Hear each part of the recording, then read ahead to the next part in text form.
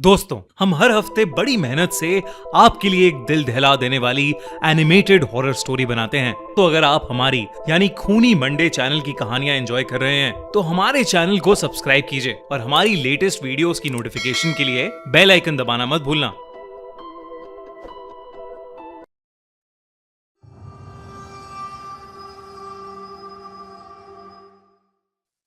गर्मियों की छुट्टियों का एक अलग ही मजा होता है। स्कूल बंद होता है और मस्ती करने का फुल टाइम मिलता है। ये कहानी भी ऐसी ही एक समर वेकेशन की है। 1998 की बात है। 16 साल की निशा और उसका 13 साल का छोटा भाई अमन उस साल की समर वेकेशन के लिए बहुत एक्साइटेड थे, क्योंकि वो करीब 10 साल बाद अपने नाना नानी से मिलने जा रहे थे। उनके नाना नानी शिमला हिल स्टेशन के पास एक छोटे से गांव में रहते थे। एक पुराना सा खेत वाला फार्म हाउस, जहां कभी भी लाइट चली जाती थी। पर अमन और निशा बहुत एक्साइटेड थे।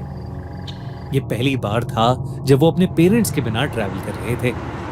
एक लंबा सफर तय करके उनकी ट्रेन शिमला में रुकी। स्टेशन पर सिर्फ वो दोनों ही उतरे। उतरते ही उन्होंने अपने नाना नानी को देखा और बैग्स उठाकर उनकी तरफ दौड़ पड़े। नाना नानी बिल्कुल वैसे ही लग रहे थे जैसे उनकी यादों में थे, बस अब थोड़े कमजोर हो गए थे।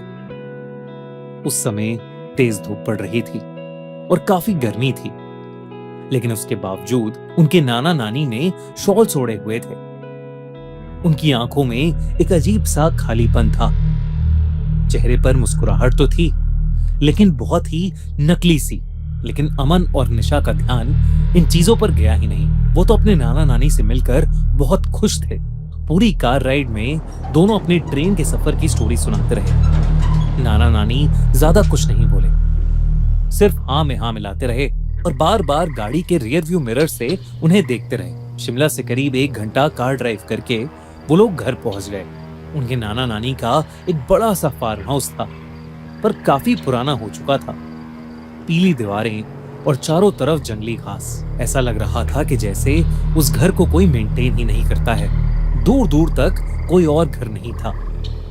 रात हो चुकी थी तो आसपास कुछ दिखाई भी नहीं दे रहा था। घर के बाहर वरांडा में एक पुरानी रॉकिंग चेयर थी, जो बिना हवा के भी हल्की हल्की हिल रही थी। अमन ने मजाक में बोला कि ऐसी ही जगह पर हॉरर मूवीज शूट होती हैं, और दोनों भाई बहन हंस पड़े। घर के अंदर सब कुछ पुराना था। ब्लैक एंड व्हाइट फोटोज, लकड़ी का फर्नीचर और एक अजीब सी स्मेल, जैसे कुछ सड़ रहा हो। जब दोनों ने मुंह बनाया तो नानी मुस्कुराते हुए बोली, ये गोबर की स्मेल है, खेतों से आ रही है। ये कहकर नानी किचन में चली गई और नाना जी ने उन्हें उनका रूम दिखाकर खाने के लिए आने को बोला। उनका रूम काफी बड़ा था, पर खिड़की से सिर्फ अंधेरा और लंबी घास दिख रही थी। थोड़ी देर बाद नानी ने खाने के लिए बुलाया। सब डिनर के लिए बैठ गए। नाना नानी उनके साथ डाइनिंग टेबल पर बैठे तो सही, पर उन्होंने कुछ खाया नहीं। बस यही रिपीट करते रहे कि वो दोनों कितने खुश हैं कि बच्चे आए हैं। ये बात दोनों बच्चों को पहले तो बहुत अजीब लगी, पर वो दोनों अपने नाना नानी से 10 साल बाद मिल रहे थे। शायद उनके नाना नानी ने उन्हें बहुत ज्यादा मिस किया था। डिनर के बाद निशा और अमन अपने रूम में चले गए। थोड़ी देर बाद नाना जी कमरे में आए। गुड नाइट कहकर नाना जी ने लाइट ऑफ की और जाने से पहले बोला, रात में यहाँ कई जानवरों की आवाजें आती हैं, डरना नहीं और कमरे के बाहर बिल्कुल भी मत निकलना। ये कहकर नाना जी उनके कमरे से चले गए और थके हुए बच्चे कब सोए उन्हें पता ही नहीं चला। हर बार कोई नया सॉफ्टवेयर मिलता है, प्रॉमिसिंग लगता है, पर फिर एक्सेस के लिए वेट करना पड़ता है और एंड में कुछ नहीं मिलता। लेकिन विक्रांत का टूल अलग है, ना वेट ना कोड, बस खोलते ही काम शुरू। सिर्फ कुछ टाइम इसे यूज किया और बैलेंस रिसीट्स बदलने लगे। आओ देखते हैं कि ये वर्क कैसे करता है। लेफ्ट साइड पर असिस्टेंट का प्रेडिक्शन, राइट साइड पर प्लेटफॉर्म एंटर करते हैं। आप एक ऑटोमेटिक एग्जिट सेट करते हो ड्रॉप से पहले और बूम, सब परफेक्टली मैच होता है। चलिए एक बार और ट्राई करते हैं। असिस्टेंट ने फॉल पॉइंट बताया 4.29, फॉलो किया और वेट किया। लो, फिर से परफेक्ट रिजल्ट मिला। आजकल कई लोग अपने रिजल्ट शेयर कर रहे हैं, फाइनली एक टूल जो सच में काम करता है बिना कुछ मांगे।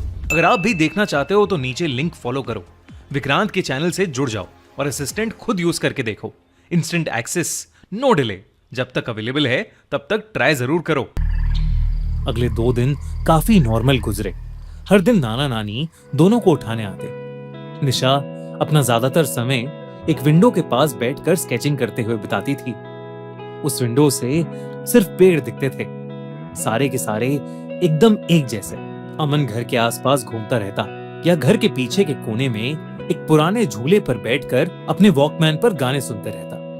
नाना नानी हर दोपहर ये कहकर घर से निकल जाते कि वो दोनों खेत में काम करने जा रहे हैं और सीधा रात को वापस आते। घर में एक लैंडलाइन फोन भी था, पर वो खराब पड़ा था, तो वो बच्चे अपने मम्मी पापा से भी बात नहीं कर पा रहे थे। कुछ छोटी छोटी चीजें भी थीं जो थोड़ी अजीब थी, जैसे नाना नानी कभी भी उनके साथ कुछ खाते नहीं थे। हर बार कोई ना कोई बहाना करके दोनों डाइनिंग टेबल पर बस बैठे रहते। एक बार अमन ने देखा कि किचन में फ्रिज खुला हुआ था और अंदर सिर्फ एक पतीला था जिसमें कोई लाल गाढ़ा सा लिक्विड था। जब उसने पूछा तो नानी ने सिर्फ इतना कहा कि वो एक पुरानी फैमिली रेसिपी है और वो जोर जोर से हंसने लगी। अक्सर नानी बेवजह जोर जोर से हंसना शुरू कर देती थी और नाना जी कई घंटों तक एक ही जगह बैठकर सामने किसी चीज को घूरते रहते। दोनों भाई बहन को लगा कि ये सब बुढ़ापे की निशानी है। उस रात निशा की आंख किसी आवाज से खुली। आवाज दरवाजे के बाहर से आई थी। तभी दरवाजे के नीचे से एक बड़ी सी शैडो गुजरी, सिर्फ 1 सेकंड के लिए। नाना जी की वार्निंग भूलकर निशा दरवाजे के पास दबे पांव गई और उसने धीरे से दरवाजा खोला। वो अजीब सी बदबू अब और तेज हो गई थी। सामने अंधेरा था, पर किसी के गुर्राने की आवाज आ रही थी। वो कोई जानवर नहीं लग रहा था, वो कुछ और ही था। इससे पहले कि निशा उसके पास जाकर कुछ समझ पाती, अचानक से किसी ने उसके कंधे पर हाथ रखा और उसकी चीख निकल गई। उसके पीछे उसकी नानी थी। उनके चेहरे पर अब भी वही अजीब सी नकली स्माइल थी और उनका चेहरा अजीब सा सफेद पड़ चुका था। उन्होंने निशा को सोने को कहा। घबराई हुई निशा चुपचाप अपने कमरे में वापस आ गई, लेकिन वो डर के मारे सो ही नहीं पा रही थी। निशा को अब उस जगह से एक घबराहट होने लगी थी। अगली सुबह नाना नानी उसके कमरे में आए। दोनों का चेहरा बिल्कुल नॉर्मल था। रोज की तरह वो बोले, नाश्ता किचन में है और वो खेत में काम करने जा रहे हैं। जैसे ही निशा को मेन डोर बंद होने की आवाज आई, उसने राहत की सांस ली। उस दोपहर अमन बाहर झूले पर बैठकर अपना हॉलिडे होमवर्क कर रहा था जब उसे घर के अंदर से कुछ बच्चों के खेलने की आवाज आई। उसने पीछे वाली खिड़की से झांका तो उसे एक परछाई दिखी, मानो किसी छोटे से लड़के की हो। अमन को लगा कि शायद घर पर मेहमान आए हैं, पर जब वो घर के अंदर गया तो वहां निशा के अलावा कोई नहीं था। वो पूरे घर में उस लड़के को ढूंढने लगा और तब उसका ध्यान ड्राइंग रूम में पड़ी ब्लैक एंड व्हाइट फोटोज पर गया। बीच में उनके नाना नानी की एक बड़ी सी फोटो थी और उनकी आंखों से खून बह रहा था। ये देखकर अमन डर गया। उसने फौरन निशा को बुलाकर वो फोटोज दिखाई, लेकिन तब वो फोटोज एकदम नॉर्मल थीं। निशा ने भी अमन को अपने साथ हुआ कल रात का किस्सा बताया। दोनों बच्चों के हाथ पैर ठंडे पड़ चुके थे। आखिर चल क्या रहा था उस घर में? घर में टोटल 3 कमरे थे। उनके नाना नानी का रूम फर्स्ट फ्लोर पर था और वो हमेशा ही बंद रहता था। ऐसा लग रहा था कि जैसे वो गंदी सी बदबू उन्हीं के कमरे से आ रही है। उन दोनों ने किसी तरह चाबियों के गुच्छे से चाबी ढूंढकर वो कमरा खोला। दरवाजा खोलते ही उन्हें एक बहुत ही गंदी स्मेल आई। अंदर बेड पर